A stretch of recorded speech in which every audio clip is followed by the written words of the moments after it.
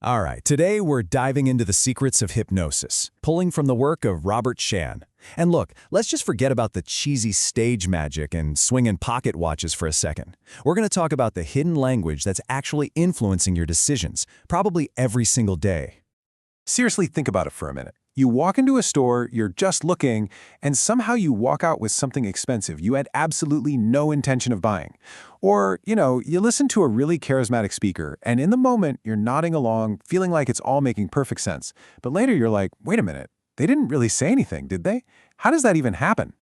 Well, what if I told you that certain words, when they're delivered in just the right way, act like a key that just slips right past the logical, analytical part of your brain and installs a command directly into your mind's operating system?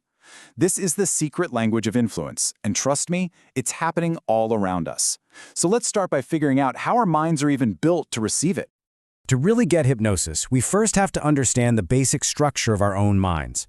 So imagine your life is this giant ship, and on this ship you've got two captains calling the shots. Okay, so the first captain is the one you know pretty well, your conscious mind. This captain is up on the deck, looking at the maps, making all the logical plans. It's the voice that says, okay, tomorrow I'm definitely waking up at 6 a.m. But there's another captain, one you rarely see, who's down in the engine room, your subconscious mind. This is the one that's actually running the ship. And when that alarm rings at 6 a.m. and your hand just automatically slams the snooze button, yeah, that's the captain in the engine room completely overriding the captain on the deck. And here's the kicker, the part that's absolutely crucial. We spend all this time trying to train our conscious mind, right? But it turns out the subconscious, that engine room, is controlling about 95% of our habits, our emotions, and our beliefs. It's just running on autopilot.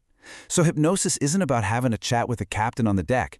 It's about finding a way to get straight down to the engine room and give that incredibly powerful subconscious captain a new, better map to follow.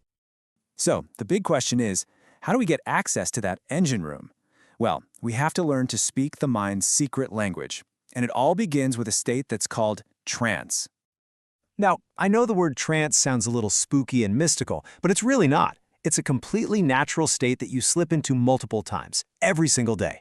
Have you ever been driving home and you suddenly realize you don't remember the last 5 miles? Or been so lost in a good movie that you don't even hear someone calling your name? That's a trance.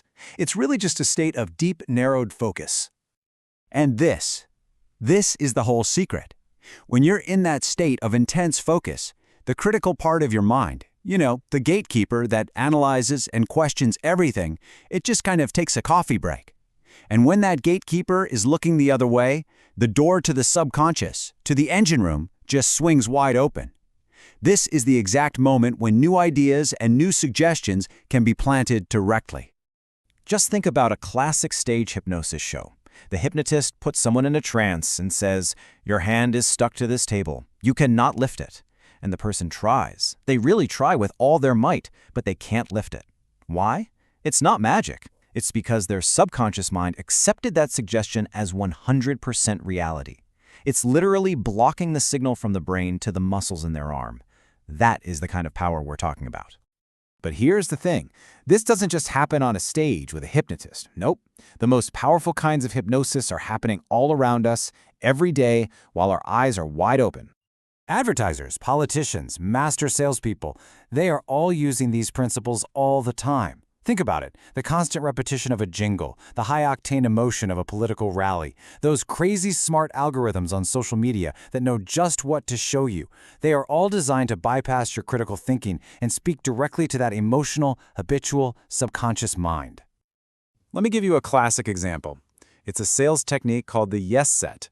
A salesperson might ask you something simple like, you want the best for your family, right? Of course, you say yes. And you'd agree that being secure is important, right? Yes. And having the right information helps you make good decisions, right? Yes. See what's happening? After a string of these easy yeses, it becomes psychologically so much harder to say no to the big final request. You've built up a momentum of agreement.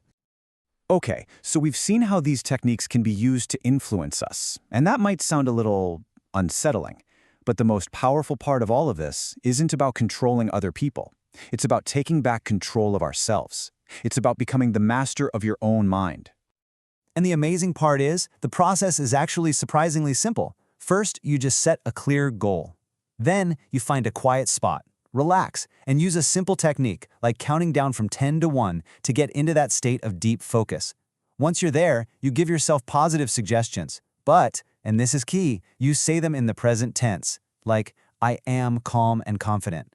And finally, you just gently bring yourself back to full awareness.